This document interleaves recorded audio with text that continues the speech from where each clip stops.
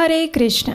वर्ष में सिर्फ एक बार आती है ये विशेष पांडव निर्जला एकादशी। ये ऐसी एकादशी है जो सबसे अधिक पुण्य प्रदान करने वाली और मंगलमय है, जिसका नियम और श्रद्धा पूर्वक पालन करने से वर्ष की सभी एकादशियों का फल स्वतः ही मिल जाता है। और इस बात का प्रमाण स्वयं कृष्ण द्वैपायन श्रील व्यास देव जी दे रहे हैं। निर्जला एकादशी मनुष्य के सभी पूर्व पाप कर्मों को नष्ट करती है और पुण्य का उदय करती है। कोई भी मनुष्य चाहे जितना भी दुष्ट और पापी क्यों ना हो, लेकिन अगर वो भगवान के प्रति पूर्ण शरणागति से अन्न और जल का त्याग करके इस निर्जला एकादशी का पालन करता है तो उसका उद्धार हो जाता है, उसके सौभाग्य के द्वार खुल जाते हैं और न सिर्फ उसके पापों का क्षय होता है अपितु उसे परम आध्यात्मिक गंतव्य की प्राप्ति भी होती है। तो चलिए इस परम पवित्र निर्जला एकादशी के उपलक्ष्य में आज हम एक पौराणिक कथा का श्रवण करते हैं।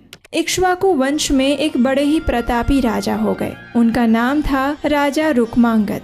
उनकी एक धर्मपरायण और पतिव्रता पत्नी थी, रानी संध्यावली। और इसी सुशील रानी के गर्भ से जन्म हुआ राजा रुक्मांगद के पुत्र धर्मांगद का। अपने पिता के चरण चिन्हों का अनुसरण करने वाला ये पुत्र बड़ा ही विनम्र और आज्ञाकारी था। राजा रुक्मांगद की प्रसिद्धि सिर्फ पृथ्वी लोक में नहीं अपितु स्वर्ग और पाताल लोक में भी फैली हुई थी। उनके महल में उन्होंने एक अत्यंत सुंदर उद्यान बनाया था। ये उद्यान अनेक रंग बिरंगी सुगंधित पुष्पों से सजा हुआ था, जहाँ पक्षी की चहचहाहट और खिलखिलाते हुए झरनों की मधुर ध्वनि का संगीत हमेशा फैला हुआ रहता। उस उद्यान की विशेषता ये थी कि यहाँ स्वर्ग लोक से देवी देवता भी विहार करने आते थे। स्वर्ग की अप्सराओं का ये प्रिय स्थान था। एक दिन ऐसे ही एक अप्सरा स्वर्ग लोक से नीचे पृथ्वी पर इस उद्यान में रमण करने आई थी। उद्यान में विहार करते हुए अचानक उसके पाँव में कांटा चुभा। वह कांटा बैंगन की लता का था और कांटा चुभने के कारण उस अप्सरा का पुण्य क्षीण हो गया और परिणाम स्वरूप वह वापस स्वर्ग लोक में नहीं जा पाई। अपने इस दुर्भाग्य पर रोते हुए वह संपूर्ण रात्रि उसी उद्यान में रही। प्रातःकाल जब उद्यान के मालियों ने देखा तो वहाँ एक सुंदर अप्सरा बैठी हुई थी। उसका चेहरा म्लान था। उसकी सुंदरता को उसके शोक ने घेर लिया था। मालियों ने उसी क्षण राजा रुक्मांगद को ये सूचना दी। समाचार सुनते ही राजा स्वयं उस स्थान पर आए और उस अप्सरा को संबोधित कर कहने लगे, हे देवी, आप स्वर्ग की कोई अप्सरा प्रतीत हो रही है। आपके चेहरे पर शोक और चिंताओं की लकीरें स्पष्ट रूप से दिख रही हैं। कृपया आप मुझे बताइए कि मैं किस प्रकार आपकी सहायता कर सकता हूँ। राजा के ऊष्मापूर्ण वचनों को सुनकर उस अप्सरा ने कहा, हे राजन, मैं आपके उद्यान से आकर्षित होकर स्वर्ग से यहाँ आई थी, लेकिन दुर्भाग्यवश मेरे पैर में एक कांटा चुभ गया, जिससे मेरा पुण्य क्षीण हो गया है और अब मैं वापस स्वर्ग लोक में नहीं जा पा रही हूँ। यदि आप मेरी सहायता करना चाहते हैं तो कृपया अपने राज्य में किसी ऐसे व्यक्ति को ढूंढिए जिसने कल एकादशी का व्रत रखा था। अगर ऐसा कोई व्यक्ति हाथ में जल लेकर अपनी एकादशी का फल मुझे अर्पित करेगा तो उस पुण्य फल के प्रभाव से मैं वापस स्वर्ग में जा पाऊंगी। अप्सरा की बात सुनकर राजा ने कहा, हे देवी, मेरे राज्य में एकादशी व्रत करना तो दूर, किसी ने इस व्रत के विषय में सुना भी नहीं है, इसलिए ऐसा कोई व्यक्ति मिलना असंभव है। तो अप्सरा ने कहा, यदि कोई व्यक्ति बिना जाने ही अगर कल भूखा और प्यासा रहा हो तो उससे भी आप ये एकादशी संकल्प दिलवा सकते हैं। उसी के फल से मैं वापस अपने लोक में चली जाऊंगी। ये सुनकर राजा ने अपने राज्य में ढिंडोरा पिटवाया कि कल के दिन में अगर कोई भी व्यक्ति अन्न और जल का त्याग करके रहा हो तो वह शीघ्र ही राज दरबार में आए, उसे एक विशेष इनाम दिया जाएगा। ये सुनकर एक बनिए की दासी राजा के पास आ पहुंची। उसने राजा से कहा कि कल मेरे स्वामी ने बिना किसी अपराध के ही मुझे दंडित किया था, इसलिए मैं दिन रात अन्न जल का त्याग करके पूरी रात्रि जागती रही हूँ। राजा ने उस दासी का स्वागत किया, उससे एकादशी व्रत का संकल्प दिलवाया और इस व्रत के फल को प्राप्त करके अप्सरा उसी क्षण अपने स्वर्ग लोक में वापस जाने के लिए तैयार हो गई। उसने राजा और उस दासी के प्रति अपनी कृतज्ञता व्यक्त की और वापस अपने लोक में चली गई।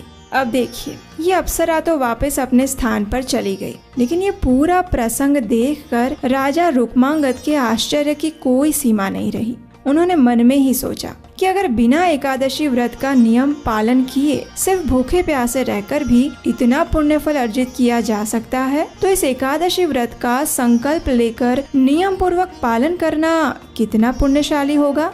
ये सोचकर राजा ने अपने गुरु से इस एकादशी व्रत और उसके महात्म्य के विषय में और अधिक जिज्ञासा प्रकट की। गुरु ने राजा को एकादशी की महिमा का वर्णन कह सुनाया और उसी क्षण राजा ने ये संकल्प लिया कि अब से मैं और मेरा परिवार प्रत्येक मास में आने वाली सभी एकादशी तिथि का नियम पूर्वक पालन करेंगे। इतना ही नहीं, मेरे प्रजाजनों के लिए भी ये व्रत सर्वोत्तम है। इसलिए राजा ने अपने राज्य में ये आदेश दिया कि अब से सभी एकादशी व्रत का पालन करेंगे और इसके परिणाम स्वरूप राजा रुक्मांगद के राज्य में समृद्धि और सुख के साथ साथ भक्ति की भी वृद्धि हुई। एकादशी के महात्म्य का वर्णन करते हुए वायु पुराण में कहा गया है, एकादशी व्रतम यस्तु भक्तिमान कुरुते नरः सर्व पाप विनिर्मुक्तः स विष्णुर्याति मंदिरम।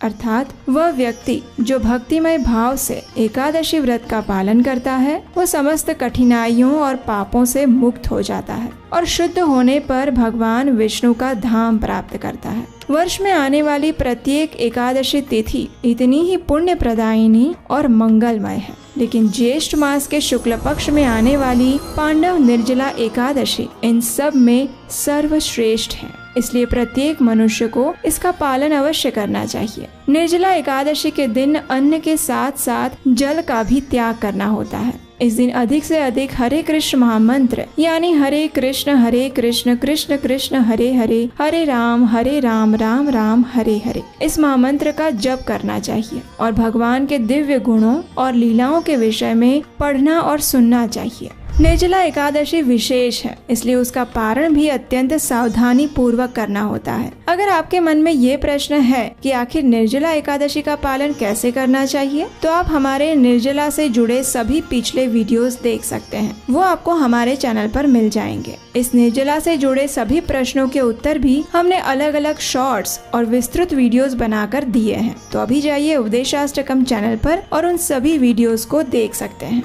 अगर इस निर्जला एकादशी का पारण कैसे करना चाहिए इस विषय में आप जानना चाहते हैं, तो आपके अपने इस चैनल को याद से सब्सक्राइब कर लीजिए और नोटिफिकेशन ऑन कर लीजिए, क्योंकि एकादशी वाले दिन हम पारण के ऊपर में भी एक विशेष विस्तृत वीडियो लेकर आएंगे। और जैसा कि आप जानते हैं, आने वाले कुछ ही समय में हम आपके लिए भगवान श्री कृष्ण की बाल लीलाओं का सुंदर वर्णन करती हुई एनिमेशन कथा श्रृंखला लेकर आ रहे हैं। ये आपके लिए और आपके बच्चों के लिए सबसे अनोखा उपहार होगी, ये हमारा वादा है आपसे। ऐसी कथा जो प्रमाणभूत शास्त्रों से ली गई है, मधुर और रोचक भी इतनी कि उसे एक बार सुनकर आपका मन नहीं भरेगा। इस प्रोजेक्ट का नाम है कृष्णायन, जिसका आधा काम पूरा हो चुका है, लेकिन इस श्रृंखला को पूर्ण करने के लिए हमें आपके सहयोग की आवश्यकता है, क्योंकि ये एनिमेशन प्रोजेक्ट है। अगर इस निर्जला एकादशी के उपलक्ष्य पर आप हमें इस कृष्णायन प्रोजेक्ट के लिए अपनी क्षमता अनुसार कुछ आर्थिक सहयोग देंगे, तो हम जल्द ही इस प्रोजेक्ट को पूरा कर पाएंगे। हमें आर्थिक योगदान देने के लिए आप स्क्रीन पर दिए गए नंबर पर अपनी इच्छा अनुसार आर्थिक सहायता भेज सकते हैं। इससे कृष्ण कथा का प्रचार करने का पुण्य फल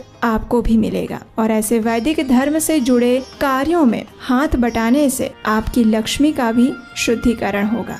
आज की इस कथा को सुनने के लिए और इस चैनल को सब्सक्राइब करने के लिए आपका धन्यवाद। हमारे साथ जुड़े रहने के लिए और हमारे वीडियोस के रेगुलर अपडेट्स प्राप्त करने के लिए आप हमारे व्हाट्सएप, टेलीग्राम और इंस्टाग्राम ग्रुप के साथ भी जुड़ सकते हैं। उसका लिंक नीचे दिया गया है। तो आइए साथ मिलकर इस निर्जला एकादशी को विशेष बनाते हैं और अपनी भक्ति में प्रगति करते हुए अपने जीवन को परम भगवान श्री कृष्ण के चरणों में समर्पित करते हैं। हरे कृष्ण।